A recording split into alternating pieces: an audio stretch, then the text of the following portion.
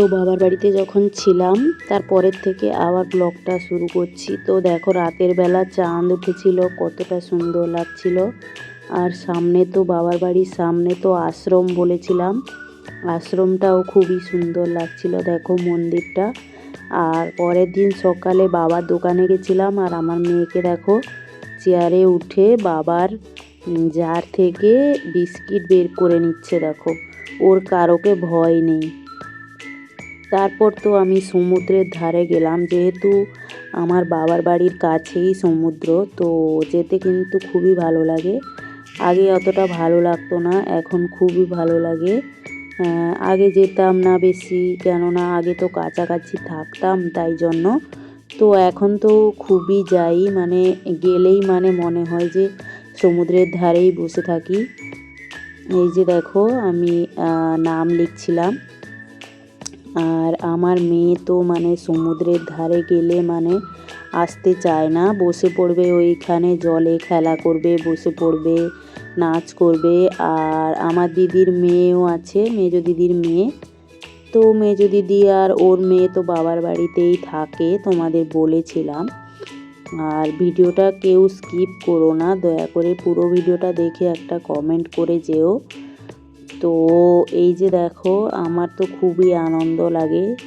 আর তোমরা কারা সমুদ্রে গেছো, এটা মন্দারমণি, তো সমুদ্রের ধারে কারা গেছো, তোমাদের কেমন লাগে সেটাও অবশ্যই বলবে। এই যে আমার মেয়েকে দেখো, আমার মাও এসছে আমাদের সঙ্গে, তো মার সঙ্গেই দোকানে এসছিলাম। তারপর আমার মেয়েকে নিয়ে দেখো নৌকায় উঠেছি, তো ও তো কিছুতেই বসবে না, ও জলে খালি নামবে আর জলের মধ্যে খেলবে, ওটাই হচ্ছে ওর কাজ। তারপর দেখো আমার মাসির মেয়ের ছেলে, মানে আমার দিদির ছেলে এলো, তো ওর সঙ্গে একটু কথা বলছিলাম।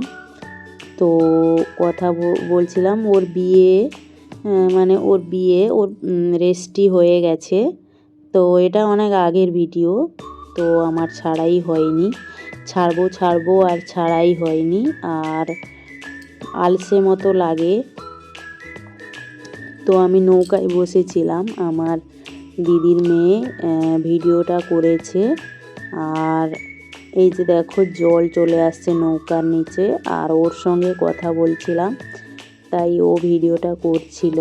আর আমার মেয়েকে দেখো খুবই নাচ করছে, আমার মেয়ে তো খুবই নাচ করছে, লাফালাফি করছে। হ্যাঁ, এটাই ওর কাজ, ও তো খালি জলে নামবে আর নাচ করবে, লাফালাফি করবে। তো এই যে দেখো সমুদ্র দেখে নাও। তো চলে আসবো তার আগের দিন বা দুদিন আগের ভিডিও এটা। তো দেখো এই যে দেখো এই যে দুজন মিলে নাচ করছে, আমার মেয়ে আর আমার মেজো দিদির মেয়ে।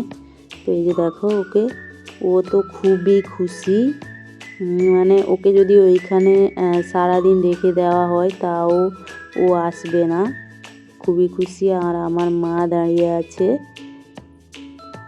তো বাবার বাড়িতে যখন ছিলাম তারপরের থেকে আবার ভিডিওটা তোমাদের কেমন লাগলো সেটা কমেন্টে অবশ্যই জানাবে। সবাই ভালো থাকবে, সুস্থ থাকবে, টাটা সবাইকে।